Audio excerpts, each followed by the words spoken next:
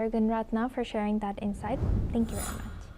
Now looking at Middle East, a handful of injured Palestinians and their companions have entered Egypt from Gaza at the first day of a limited reopening of Rafah border crossing. The Egypt officials have reported that 5 injured people and 7 companions have crossed the border. The officials have also stated that the number of patients allowed to enter Egypt through crossing has been limited to 50 each, accompanied by 2 companions. Meanwhile, some Palestinians have responded. Let's listen into what they have shared. جدا جدا وين ما جا تفتيش وين ما تحديما كل الحاجات وخاصة عند الجيش تغلبنا كثير ونفل الشنط كده وعاودوا بيرجعوهم تاني يعني تتعرض لعدة يعني أماكن تتفتش فيها مش مرة ومرتين عدة أماكن ونفس الحاجة بيلفوها كده وبيرجعوها تاني. يحرمون أولادنا بدهم مش هنا نرجع على غزة بدهم مش عدد كبير ولا إنه يرجع بدهم عدد كبير إنه يطلع كل إشي ممنوع. أخذوا أغراضكم؟ ممنوع أكل ممنوع المي ممنوع عطر ممنوع أي إشي عد غزة ممنوع. أولادنا ما قدرنا نجيب لهم أي إشي إن نفرحهم فيه ما قدرناش.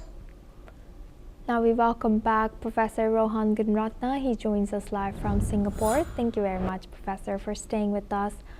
Now looking at this, although very limited, do you think that this can lead, for now it's very limited, the Palestinians who are allowed to cross to Rafah, do you think this can become bigger or more?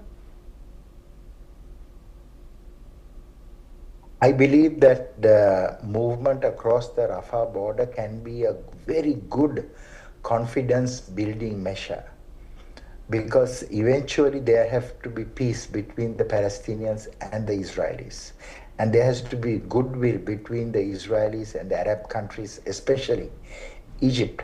But this has to be managed very well in terms of perception and in terms of the operation of the crossing to ensure that the civilians are very well treated and taken care of.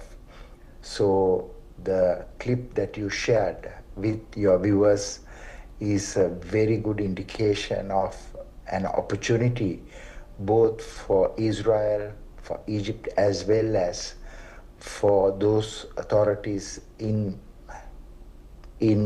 Gaza. So unless and until this conflict is resolved step by step, I think that there will be persistent war, persistent animosity, persistent prejudice and suspicion and resentment. So I think this should be taken as a great opportunity for building confidence and relationships between communities and countries that are divided and have different perceptions. Yes, thank you for highlighting that. And lastly, what else do you think is necessary for these two, people with very different perspectives to build confidence on each other and for the post-war construction? I believe that there is a shift from phase 1, which is the release of the hostages. Now the next phase is a phase for disarmament of Hamas and the other terrorist groups that staged the Easter Sunday attack. So I think that during this phase, there must be a lot of goodwill and trust and confidence built. So there must be a dialogue between the Palestinians and the Israelis.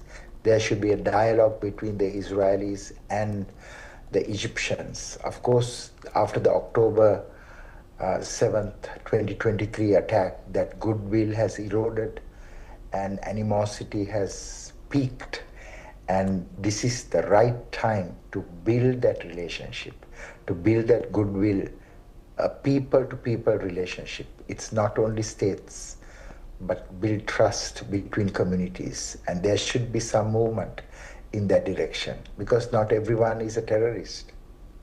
Yes, indeed. Thank you very much, Professor, for sharing that important message with us on NewsX World. Now we move on to South